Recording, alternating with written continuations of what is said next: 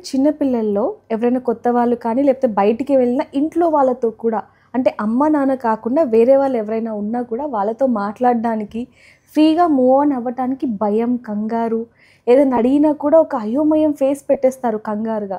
ఎందుకంటారు? దీన్నే యాంగ్జైటీ అంటాము. యాంగ్జైటీ అనే వర్డ్ ఎక్కువ మనం పెద్దవాళ్ళలో వింటూ ఉంటాం.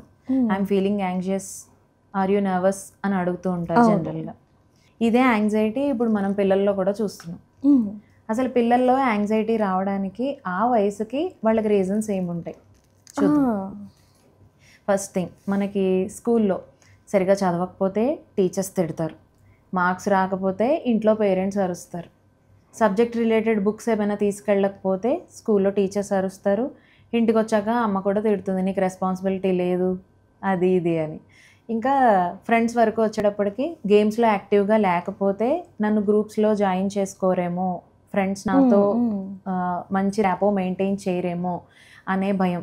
అదే స్కూల్ చేంజ్ చేయాల్సిన పరిస్థితి వచ్చిందనుకో, అసలు కొత్త స్కూల్, ఆ ఎన్విరాన్మెంట్ ఎలా ఉంటుంది, అక్కడ ఫ్రెండ్స్ ఎలా ఉంటారు, అక్కడ టీచర్స్ నన్ను ఎలా ట్రీట్ చేస్తారు, ఇలా ఒకటేంటి చెప్పుకుంటూ పోతే అక్కడ జరిగిన సందర్భం మనకి ఎలా తీసుకోవాలి అనేది మనకు తెలియకపోతే అది ఎంత చిన్నదైనా కూడా మనలో యాంగ్జైటీని క్రియేట్ చేస్తూ ఉంటుంది.